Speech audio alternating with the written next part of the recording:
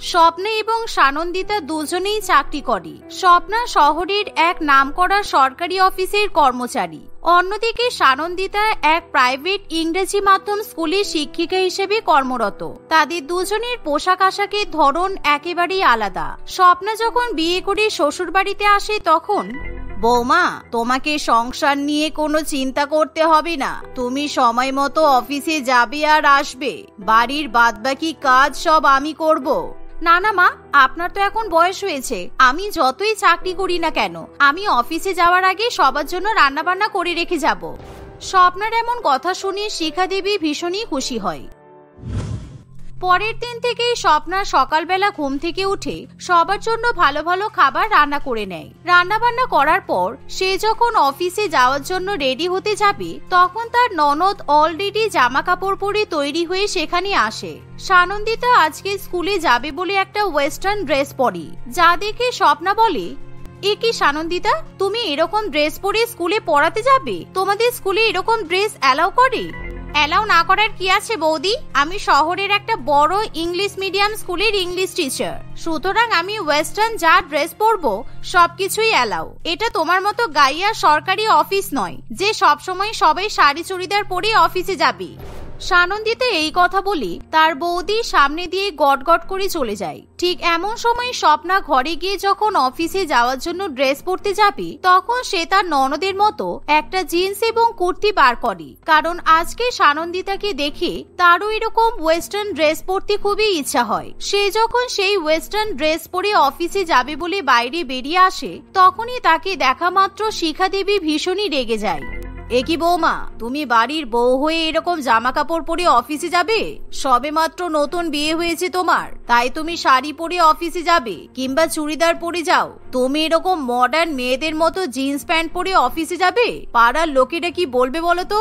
তুমি চাকরি বাকরি করো সেটা আমরা মেনে নিয়েছি, কিন্তু তোমার এরকম পোশাক পরে অফিসে যাওয়া মেনে নিতে পারবো না।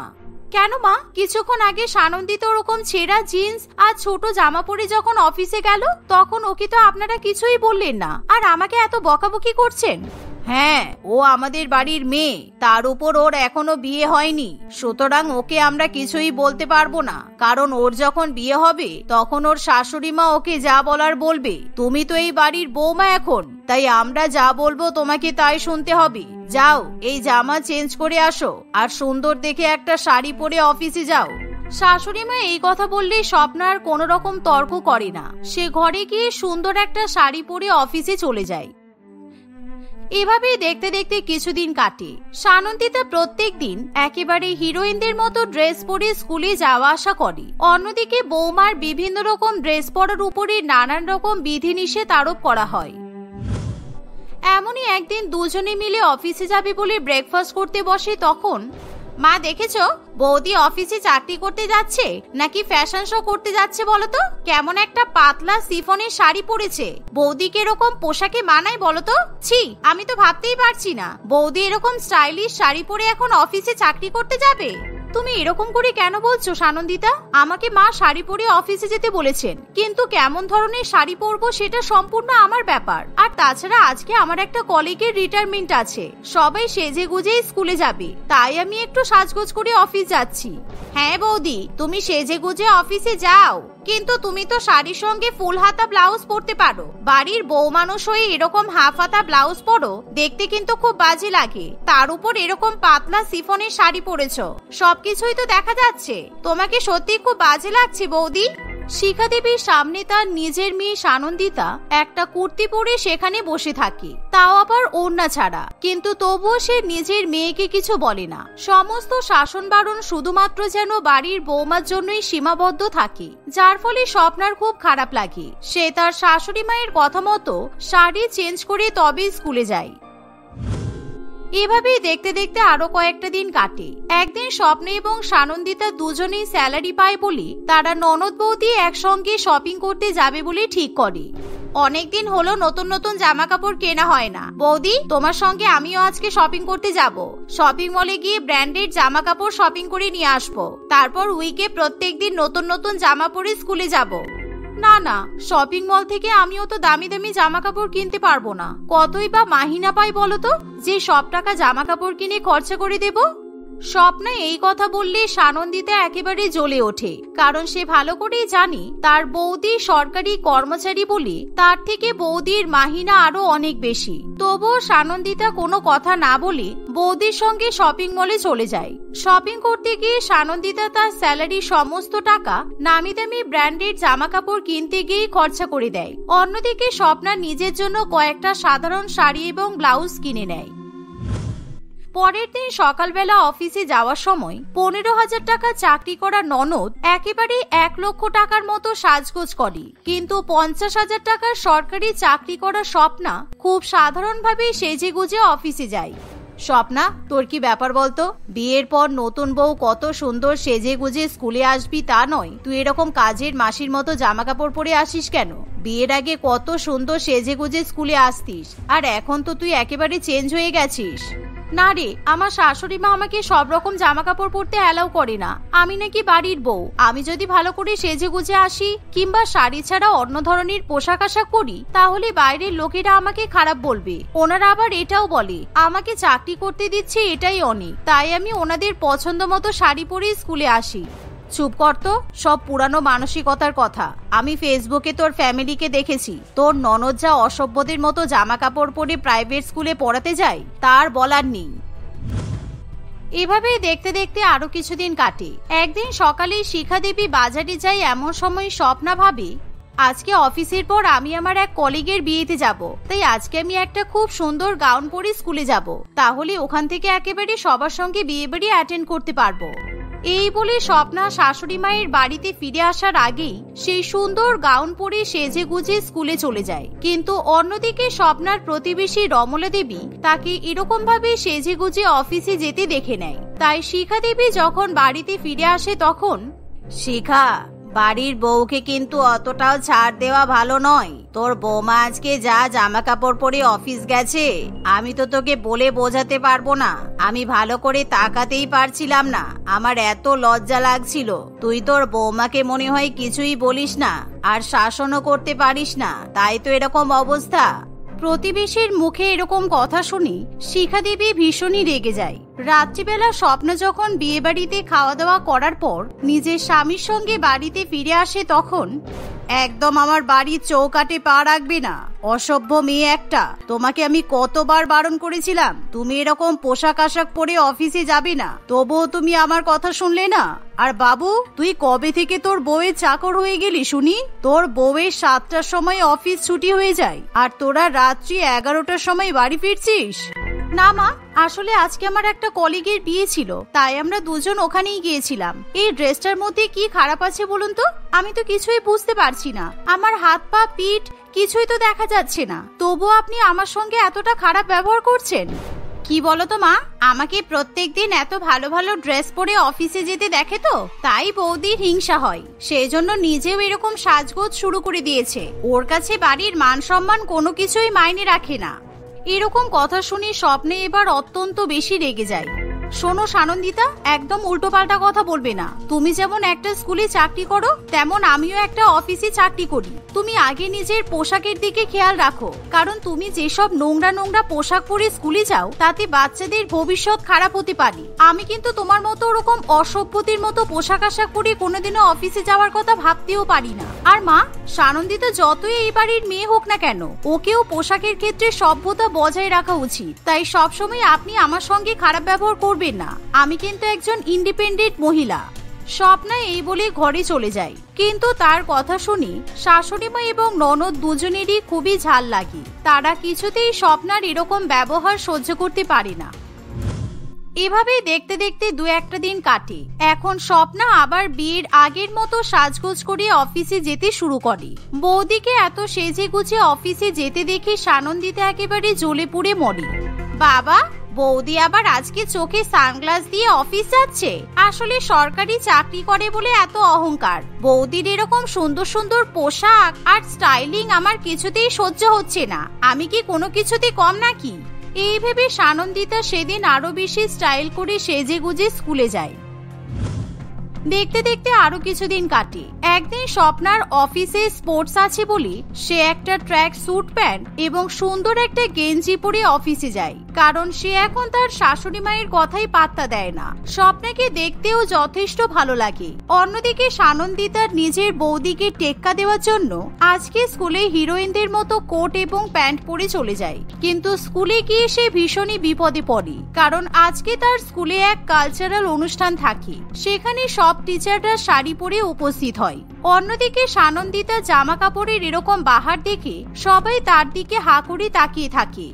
এমনকি কিছুক্ষণের মধ্যেই সানন্দিতাকে প্রিন্সিপাল স্যার নিজের রুমে ডেকে পাঠায় আর তাকে যথেষ্ট উল্টোপাল্টা কথা বলা হয়। তুমি প্রত্যেকদিন উল্টোপাল্টা পোশাক পরে আসো। এর আগেও তোমাকে অনেকবার ওয়ার্নিং দেওয়া হয়েছিল, তবুও তুমি আমাদের কোনো কথা শোনোনি। আর ইংলিশ মিডিয়াম স্কুল বলে তোমাকে কিছু বলাও হয়নি, কিন্তু আজকে তুমি যে পোশাক পরে এসেছো তাতে তোমাকে স্কুল আর অ্যালাউ করা যাবে না। সুতরাং তোমাকে আমি রাস্টিকেট করলাম, বুঝেছো? আই এম সরি স্যার, আর কোনোদিনও এরকম হবে না। আমি সত্যিই বুঝতে পারিনি যে ব্যাপারটা এরকম হয়ে যাবে। প্লিজ আমাকে স্কুল থেকে বার করে দেবেন না। সানন্দিতা অনেক কান্নাকাটি করলেও তাকে আর কিছুতেই সেই স্কুলে রাখা হয় না। সানন্দিতা বাড়িতে এসে যখন ব্যাপারটা তার মাকে জানায়, তখন শিখা দেবী নিজের ভুলের জন্য খুবই লজ্জিত হয়ে পড়ে। বৌমা, তুমি আমাকে বারবার এই বিষয়ে অবগত করেছিলে যে আমি সানন্দিতাকে যাতে ওরকম পোশাক আশাক পরতে বারণ করি। সত্যি আমার ভুল হয়ে গেছে। আমি যদি ওকে বারণ করতাম তাহলে আজকে এই দিনটা দেখতে হতো না। আমি সব সময় শুধু তোমাকেই শাসন করে গেছি। ঠিক আছে মা, কোনো ব্যাপার নয়, কারণ অফিসে কে কি পোশাক পরে যাচ্ছে সেটা বড় ব্যাপার নয়। অফিসে গিয়ে কে কি কাজ করছে আর তার মানসিকতা কেমন সেটাই আসল ব্যাপার। তাছাড়া সানন্দিতা, তুমি তো অনেক এডুকেটেড, তাই তুমি আবার চাকরি পেয়ে যাবে, কোনো ব্যাপার নয়। কিছুদিনের মধ্যে সানন্দিতা আবার একটা প্রাইভেট সেক্টরে চাকরি পেয়ে যায়, কিন্তু সে আর কখনো আজে বাজে পোশাক পরে না। সে ভদ্রসভ্যভাবে পোশাক পরে অফিসে যাওয়া আসা করে। অন্যদিকে স্বপ্নাও এখন সমস্ত নিয়ম নীতির বেড়াজাল পেরিয়ে নিজের ইচ্ছে মতো মার্জিত ভদ্র পোশাক পরে অফিসে যেতে পারে। সরলা তার স্বামী বিমল বাবু এবং দুই ছেলে শুভজিৎ ও শুভ্রের সঙ্গে তাজপুর নামক এক গ্রামে বসবাস করে। বিমল বাবু একটি মোটর গাড়ির কারখানার মালিক ছিল। সরলা তার বড় ছেলের বিয়ে এক ধনী পরিবারের মেয়ে তনোয়ার সঙ্গে দিয়েছিল। সে বিয়ের সময় বাপের বাড়ি থেকে অনেক দামি দামি জিনিসপত্র পণ হিসেবে নিয়ে এসেছিল। অপরদিকে বিমল বাবু তার ছোট ছেলের বিয়ে তার এক গরিব বন্ধুর মেয়ে শিল্পীর সাথে দেয়। সরলা তার ধনী বৌমাকে খুব পছন্দ করত। অপরদিকে শিল্পী গরিব পরিবারের মেয়ে হওয়ায় সরলা তাকে সবসময় ভীষণ পরিমাণে কথা শোনাতো। তুমি যে কি করলে আমি বুঝে পাই না। সত্যি আমার ছোট ছেলের জীবনটা একেবারে নষ্ট করে দিলে। একটা ভিখারি পরিবারের মেয়েকে ওর কপালে চুটিয়ে দিলে। আমার বড় বৌমা কত সুন্দরী, শিক্ষিত, ওর বাবার কত টাকা, আর অন্যদিকে ওই ভিখারি ঘরের মেয়ের কোনো বংশেরই ঠিক নেই। আমার বন্ধুর মৃত্যুর সময় আমি ওকে কথা দিয়েছিলাম যে ওর মেয়ের সাথে আমি আমার ছেলের বিয়ে দেব, তাই আমি শিল্পীকে আমার ছোট ছেলের বউ করে নিয়ে এসেছি। আর তাছাড়া ওর মধ্যে তো কোনো খারাপ গুণও নেই, ও খুব ভালো মেয়ে। শিল্পী তার শ্বশুর শাশুড়ির জন্য চা বানিয়ে নিয়ে আসে। এই নিন, আপনাদের জন্য গরম গরম চা করে নিয়ে এসেছি। বাবা, আপনি প্রেসারের ওষুধ চা খেয়েছেন? প্রেসারের ওষুধ খেয়ে তারপর চা খাবেন। তুমি এমন ভালো মানুষের নাটক করে শ্বশুর মশাইকে হাত করেছো। আমি সব বুঝি। সব সময় মিষ্টি মিষ্টি কথা বলে তুমি সবার মন ভুলিয়ে রাখো, তাই তো? সকালবেলা মেয়েটাকে এমন বকাবকি করছো কেন? তোমার বড় বৌমা লাট সাহেবের মেয়ে যে এখনো ঘুম থেকেই ওঠেনি। ছোট বৌমা আছে বলেই তো সকাল সকাল চাটা পাই। ও আমাদের অনেক খেয়াল রাখে। সরলা শিল্পীর প্রশংসা একেবারেই সহ্য করতে পারে না। কিছুক্ষণ পরে তনয়া ঘুম থেকে উঠে নিচে ড্রয়িং রুমে নেমে আসে। শিল্পী, আজকে ইভিনিং এ আমি শুভজিতের সঙ্গে বিয়ে বাড়িতে যাব। আলমারি থেকে আমার বেনারসিটা বের করে আয়রন করে রাখবি। আর দুপুর বেলায় বেশি তেল মশলা দিয়ে রান্না করবি না, কিছু হালকা খাবার রান্না করবি, ওকে? বড় বৌমা, তুমি এত তাড়াতাড়ি ঘুম থেকে উঠলে কেন? আর একটু পরে উঠতে পারতে। আমি শিল্পীকে দিয়ে তোমার ঘরে চা পৌঁছে দিতাম। আমি জানি বিয়ের আগে তুমি অনেক বেলা পর্যন্ত ঘুমাতে। আমার বাড়িতেও তুমি বেলা পর্যন্তই ঘুমাবে। তনয়া তার শাশুড়ি মায়ের কথা শুনে ভীষণ খুশি হয়। শিল্পী তনয়াকে ডায়েট ব্রেকফাস্ট রেডি করে দেয়। তনয়া সোফার উপর বসে পায়ের উপর পা তুলে ব্রেকফাস্ট করে নেয়। শিল্পী রান্নাঘরে গিয়ে সকলের জন্য রান্না করে। আর তনয়া সারাদিন নিজের রূপচর্চা নিয়ে ব্যস্ত হয়ে থাকে। সে ঘরের কোনো কাজই করে না। এভাবে প্রায় অনেক দিন কেটে যায়। একদিন সরলার প্রতিবেশী চম্পা দেবী তাদের বাড়িতে আসে। সরলা, এই সরলা, চা করতে গিয়ে দেখি চিনি একদম ফুরিয়ে গেছে, আমাকে একটু চিনি দাও না গো। চিন্টুর বাবাকে চা করে দেব, সকালবেলা চা না পেলে ওর মাথা একেবারে খারাপ হয়ে যায়। শিল্পী তাকে চিনি এনে দেয়। তনয়া তখন বসে বসে টিভিতে ফ্যাশন চ্যানেল চালিয়ে র্যাম্প ওয়াক দেখছিল। তোমার বড় বৌমার থেকে ছোট বৌমা অনেক কাজের বলো। বড় বৌমা মনে হয় ঘরের কোনো কাজই পারে না, সকাল সকাল ঘরের কাজ না করে টিভিতে বিদেশি মেয়েদের হাঁটাচলা দেখছে। আসলে আমার বড় বৌমা অনেক বড় লোকের মেয়ে, বুঝলে? ওকে ওর বাবা মা তুলোই করে মানুষ করেছে। এদের বাড়িতে অনেক চাকর বাকর ছিল যারা সব ঘরের কাজ করত। আমার বড় বৌমার কাজ করার কোনো অভ্যাস নেই, তাই আমিও একে কাজ করতে দিই না। উফ, সকাল সকাল চিনি চাওয়ার নাম করে পরনিন্দা পরচর্চা করতে চলে এসেছে। আমি কি আপনার পারমিশন নিয়ে টিভি দেখবো আন্টি? তুমি ওনাকে এভাবে বলছো কেন দিদি? চম্পা কাকিমা আমাদের প্রতিবেশী হন, সুখে দুঃখে আমাদের পাশে থাকেন। কাকিমা, বাড়ির সব কাজ আমি একাই করে নিই, তাই দিদি ভাইকে আর কিছু করতে হয় না। চুপ করো। তোমাকে তোমার বাপ মা বিয়ের আগে সবসময় চাকরের মতো খাটাতো। চাকর পোষার মুরত ছিল নাকি ওদের? তাই তুমি ঘরের সব কাজ জানো। আমার বড় বৌমার নামে একেবারে বদনাম করবে না, অশিক্ষিত অসভ্য মেয়ে। সরলা দেবীর কথা শুনে শিল্পী খুবই কষ্ট পায়। চম্পা দেবী চিনি নিয়ে সেখান থেকে চলে যায়। সরলা দেবী সবসময় তার প্রতিবেশীদের সামনে বড় বউয়ের প্রশংসা করে আর ছোট বউয়ের নামে বদনাম করে। শিল্পী তার শাশুড়ি মা ও বড় জায়ের সব কাজ করেও তাদের মন জয় করতে পারে না। সরলা দেবীর মতো তন্মা সবসময় শিল্পীকে সকলের সামনে ছোট করে। কিছুদিন এভাবেই কেটে যায়। সরলা দেবীর জন্মদিনের দিন তাদের বাড়িতে একটি ছোট্ট অনুষ্ঠানের আয়োজন করা হয়। এই শিল্পী, আজকে গেস্টদের জন্য বিরিয়ানি আর মটন রান্না করতে হবে। আমি সব গ্রসারি আইটেম এনে দিয়েছি, আর মায়ের জন্য বেশ ক্ষীরের মতো ঘন পায়েস রান্না করবি। দিদি, আমি এক হাতে এত কিছু কি করে করব? আজকে তুমি আমাকে একটু সাহায্য করো, না হলে অনেক দেরি হয়ে যাবে। ওইদিকে মায়ের জন্য কেকও বানাতে হবে। কি, আমি রান্না করব? আগুনের তাপ লেগে আমার গায়ের রং তোর মতো কালো হয়ে যাবে, আর কালকেই আমি নেল আর্ট করে এসেছি, আমার নখও নষ্ট হয়ে যাবে। তনয়া এই বলে নিজের ঘরে চলে যায়। সন্ধ্যাবেলা সরলা দেবীর জন্মদিনে অনেক আত্মীয় স্বজন এসে উপস্থিত হয়। তনয়া ও শিল্পীর পরিবারের লোকজন সরলা দেবীর জন্য উপহার নিয়ে জন্মদিনে এসেছিল। তনয়ার ছোট ভাই রনিত এবং তার বাবা মা সরলা দেবীর জন্য অনেক দামি দামি উপহার নিয়ে আসে। সরলা দেবী এত দামি দামি উপহার দেখে ভীষণ খুশি হয়। বেয়াই, আপনারা যে কি করেন না, এত দামি দামি উপহার নিয়ে আসার কি দরকার ছিল? শুধু শুধু আমায় আপনারা লজ্জা দিচ্ছেন। অন্যদিকে শিল্পীর মা সরলা দেবীকে একটি বিছানার চাদর এবং ফলের ঝুড়ি উপহার দেয়। সরলা দেবী এমন উপহার দেখে ভীষণ পরিমাণে রেগে যায়। ইস, বিছানার চাদরটা কি নোংরা! ব্যবহার করে জিনিস আমাকে উপহার দিচ্ছেন। এর থেকে কিছু নাই আনতে পারতেন? ফলের ঝুড়ি আর বিছানার চাদর নিয়ে মুখ উঁচিয়ে ভালো ভালো খাবার খেতে চলে এসেছেন, তাই না? মা, ওদের কাছে আমার ফ্যামিলির মতো অত টাকা আছে নাকি যে আপনাকে দামি দামি উপহার দেবে? তাই যা পেরেছে উঠিয়ে নিয়ে চলে এসেছে। শিল্পীকে দেখেন না, কেমন সবসময় ভিখারির মতো ঘুরে বেড়ায়। ওর মা বাবাও তো একই রকমেরই হবে। তোমরা আমার মা বাবাকে এমন ভাবে অপমান করো না, ওনারা অনেক ভালোবেসে মায়ের জন্য উপহার এনেছে। সরলা দেবী শিল্পীর মা বাবাকে অপমান করে বাড়ি থেকে তাড়িয়ে দেয় এবং বড়লোক বৌমার পরিবারকে অনেক আদর যত্ন করে। বিমল বাবু ও শুভ্র সরলা দেবীর এমন বাজে ব্যবহারের জন্য তাকে অনেক কথা শোনায়, তবুও সে নিজের স্বভাব পরিবর্তন করে না। এভাবেই প্রায় অনেক দিন কেটে যায়। একদিন বিমল বাবু গুরুতর অসুস্থ হয়ে হাসপাতালে ভর্তি হয়, কিন্তু তাকে প্রাণে বাঁচানো সম্ভব হয়ে ওঠে না। বিমল বাবু মারা যাওয়ার আগে তার সমস্ত সম্পত্তি সরলা দেবীর নামে লিখে দিয়ে যায় এবং তার গাড়ির কারখানার অংশ দুই ছেলের মধ্যে ভাগাভাগি করে দিয়েছিল। একদিন, তোমার বাবা আচ্ছা মানুষ ছিল, সব সম্পত্তি এই বুড়িকে লিখে দিয়ে চলে গেছেন। তুমি ওনার বড় ছেলে, তোমার নামে বাড়িটা লিখে রেখে যেতে পারতো। ঠিক বলেছো, কারখানার অর্ধেক ভাগ তো শুভ্রর নামে হয়ে গেছে। আমি কারচুপি করে একটুও টাকা ছাড়তে পারি না, পুরো অ্যাকাউন্টটাই শুভ্র ক্যাপচার করে রেখে দিয়েছে। আমি দেখছি কিভাবে পুরো সম্পত্তি ওই বুড়ির কাছ থেকে আদায় করে নেওয়া যায়। পটল তোলার সময় হয়ে গেল, সম্পত্তি আগলে বসে আছে। সেদিনের পর থেকে তনয়া বেশি বেশি করে শিল্পীর বিপক্ষে সরলা দেবীর কানে বিষ ঢালতে শুরু করে। সে সবসময় তার শাশুড়ি মায়ের সামনে শিল্পীর বদনাম করে। মা, আমি আপনাকে বলছি শুনুন, ওই গরিব ভিখারি মেয়ে আপনার মাথায় হাত বুলিয়ে সমস্ত সম্পত্তি আদায় করে নেবে, তারপর আপনাকে খাবারে বিষ মিশিয়ে খাইয়ে মেরে ফেলবে। আপনি বরং সব সম্পত্তি আমার নামে লিখে দিন, আমি আপনাকে আগলে রাখবো।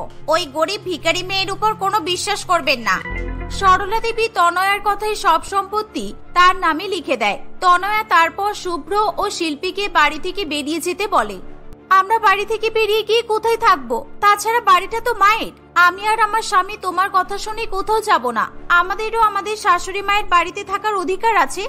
আর অধিকার দেখাতে হবে না, সব সম্পত্তি মা আমার নামে লিখে দিয়েছে। তুমি আর তোমার বর এক্ষুনি বাড়ি ছেড়ে চলে যাও, মা আমাদের সাথেই থাকবে। শিল্পী ও শুভ্র সরলা দেবীর এমন সিদ্ধান্তে ভীষণ কষ্ট পায়। তারা বাড়ি ছেড়ে চলে যায়। কিছুদিন পর থেকে তনয়া নিজের আসল রূপ দেখাতে শুরু করে। সে তার শাশুড়ি মাকে দিয়ে রান্না বান্না ও বাড়ির সব কাজকর্ম করায়। সে সরলা দেবীর সঙ্গে অত্যন্ত খারাপ ব্যবহারও করে। এমন সময় সরলা দেবীর নিজের গরিব ছোট বৌমার কথা ভীষণ মনে পড়ে। সে সব সময় তার অনেক খেয়াল রাখত, তাকে অনেক যত্ন করত। এভাবেই কিছুদিন কাটে। একদিন, মা, আমি আপনার বড় ছেলের সঙ্গে শপিং এ যাচ্ছি, আমার ফিরতে দেরি হবে। আমার ছোট ভাই রনিত আসবে। আপনি ঘরে বসে নাকে কান্না না কেঁদে আমাদের জন্য ভালো ভালো খাবার রান্না করে রাখবেন। বৌমা, আমার প্রেসার বেড়েছে, মাথা ভীষণ ঘুরছে, আমি আজকে রান্না করতে পারবো না। তুমি বরং বাড়িতে থেকে রান্নাগুলো করো। কাজ বাজ না করতে পারলে আপনাকে ফ্রিতে বসে বসে খাওয়াবো নাকি আমি? যান, বেরিয়ে যান আমার বাড়ি থেকে। আমি ফ্রি ফান্ডে আপনাকে পুষতে পারবো না, যত সব। তনয়া ও শুভজিৎ সরলা দেবীকে বাড়ি থেকে বের করে দেয়। সে কাঁদতে কাঁদতে রাস্তায় ঘুরে বেড়ায়। হঠাৎ করে সরলা দেবীর সাথে শুভ্র দেখা হয়। সরলা দেবী তার ছোট ছেলেকে সব ঘটনা খুলে বলে। শুভ্র তার মাকে নিজের বাড়িতে নিয়ে যায়। শিল্পী তার শাশুড়ি মাকে দেখে ভীষণ খুশি হয়। মা, আপনি কেমন আছেন? কতদিন পর আপনাকে দেখলাম। আপনার শরীর তো খুব খারাপ মনে হচ্ছে, আপনি বসুন, একটু রেস্ট করুন। বৌমা, আমি তোমার সাথে অনেক খারাপ ব্যবহার করেছি। তুমি গরিব বলে তোমাকে আমি মানুষ বলে গণ্য করিনি। আমাকে দয়া করে ক্ষমা করে দাও। শিল্পী তার শাশুড়ি মায়ের অনেক সেবা যত্ন করে। অন্যদিকে, জামাই বাবু, আপনি আর কতদিন ওই কারখানায় গাধা খাটুনি খেটে টাকা রোজগার করবেন? আপনি বরং আমার বন্ধুর কোম্পানিতে টাকা লাগান। 1 মাসে আপনার টাকা ডাবল করে ওরা আপনাকে ফেরত দিয়ে দেবে। আমি আমার কিছু টাকা ডাবল করিয়ে নিয়েছি। কিন্তু টাকা খাটানোর মতো টাকা আমি কোথায় পাবো? আমার কারখানার শেয়ার বেচেও তো অত টাকা আসবে না। আরে, আমরা আমাদের বাড়ি বেচে টাকা লাগিয়ে দেব। তাছাড়া এই বাড়িটা কেমন পুরানো হয়ে গেছে, আমাদের টাকা ডবল হলে আমরা এর থেকে অনেক বড় বাড়ি কিনে নেব। শুভজিৎ তনয়ের কথা মতো বাড়ি বিক্রি করে রোহিতের বন্ধুর কোম্পানিতে সব টাকা লাগিয়ে দেয়। কিছুদিন পর রোহিতের বন্ধুর কোম্পানির অনেক বড় লোকসান হলে শুভজিৎ ও তনয়ের সব টাকা জলে চলে যায়। তনয়ের ভাইও তার সঙ্গে আর যোগাযোগ রাখে না। তনয়ার বাবা মাও তাদের সঙ্গে কোনো সম্পর্ক রাখে না। তনয়া ও শুভজিৎ গরিব হয়ে পথে বসে পড়ে। তারা দুজনেই শিল্পী ও শুভ্রর সঙ্গে তাদের বাড়িতে গিয়ে যোগাযোগ করে। তারা শিল্পী ও শুভ্রকে তাদের টাকা লোকসানের ঘটনা জানায়। তোমরা আমাকে প্লিজ ক্ষমা করে দাও, আমি আমার টাকার অহংকারে তোমাদেরকে অনেক অপমান করেছি।